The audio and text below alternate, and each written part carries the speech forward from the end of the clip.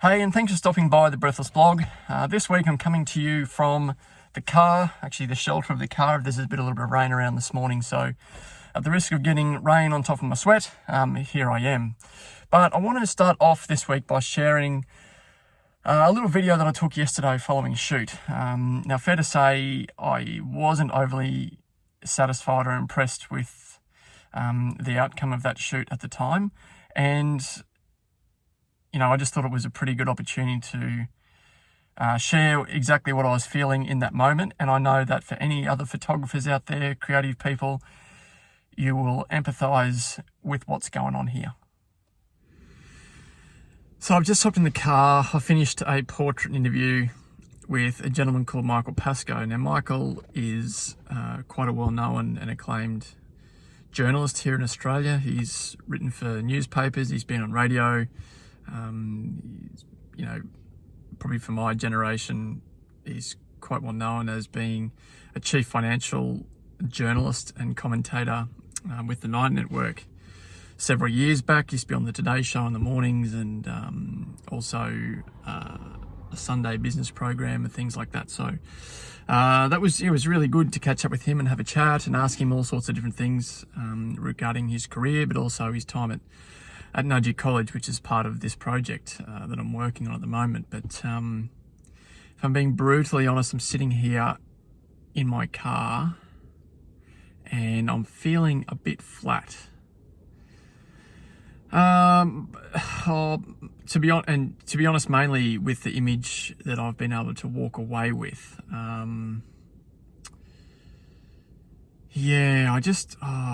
don't know. I feel like I've just haven't been able to produce something that's creatively going to meet the story that he's shared with me. And I don't know. I guess I probably got a little bit gun shy knowing that this guy's been around photographers and film crews for the last 50 years. And, even as a photographer who, does this day in, day out, I don't know. I don't know whether I quite seized the moment as well as I probably should have, and been as willing to take a few risks in creating a portrait that had a little bit more depth to it than what I have done. So I don't know even what I'm trying to say here, other than, I guess, even still now, we have these moments as photographers and creative people where we just get a little bit down on ourselves and self-loathing, and I don't know, have a little bit of a pity party about what we've been able to create, or maybe some missed opportunities or some regrets and stuff like that. And it's just probably more so the anticipation and the waiting game before I get these images in front of a computer and actually can have a look at what I've been able to produce. It's probably a breathless blog. Not so much induced from exercise, but just from deflatedness at the moment. So I don't know. I'll see what it looks like on the monitor, and look, it may not be as ghastly as what I'm making out right now, but whether it is or it isn't, I just want to vent and get it out there that, some days are probably just a little bit more difficult than others, and as optimistic as we can be and as upbeat as we can be about what we're doing and the work we're producing, sometimes, I don't know, the expectation we place on ourselves just feels a bit heavier. So yeah, that's about it. So yeah, who's ever had that sort of reaction or feeling following a shoot or trying to create some work? That's certainly not the first time that type of thing has happened to me, and quite often, when I leave a shoot or a situation where I haven't been able to turn out some images that I was after, I do kick a few cans and have a little bit of a pity party for myself, and have some self-doubts and those types of discussions with myself, because I suppose for myself and the pride I put in my work, I want to create something that is, what I believe is of a higher standard and something that's unique, but also for my clients or subjects that are so willing to share their story with me in that situation. Then, I want to be able to turn out something for them that they're happy with and captures who they are.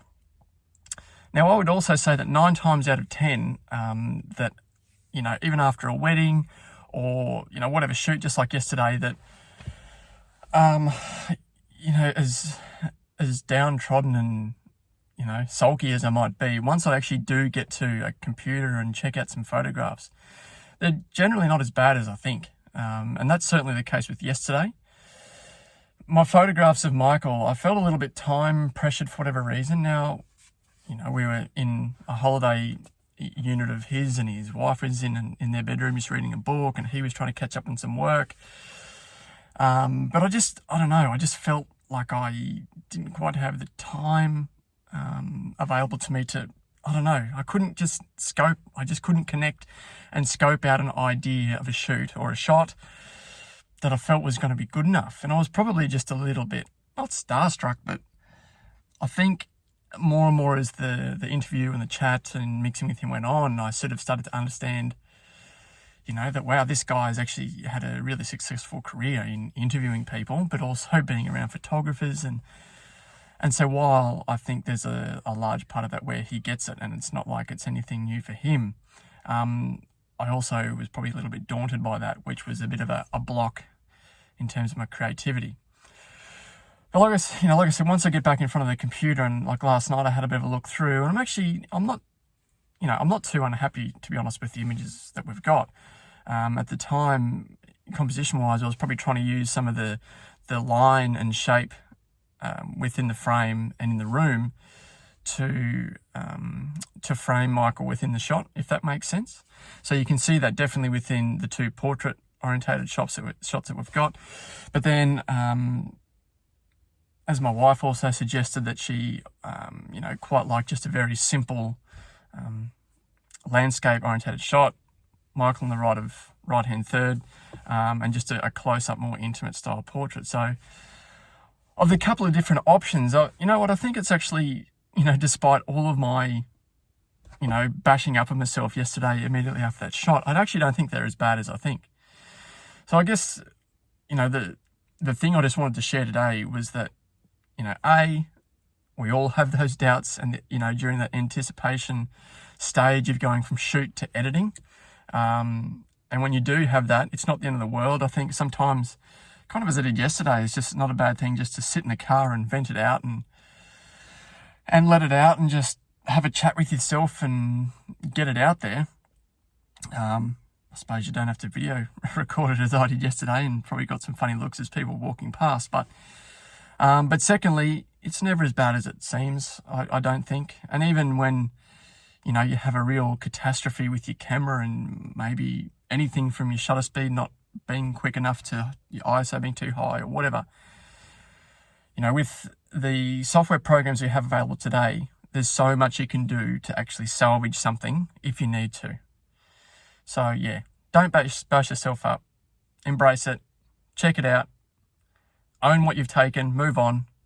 And just, I suppose, like yesterday, you never know. There's probably is something in there that you can be proud of. So thanks for checking in. This has been the Breathless blog. I'd love you to subscribe. Leave a comment. Send us an email. Get in touch. Love to hear from you. Until next time, that's me. See ya.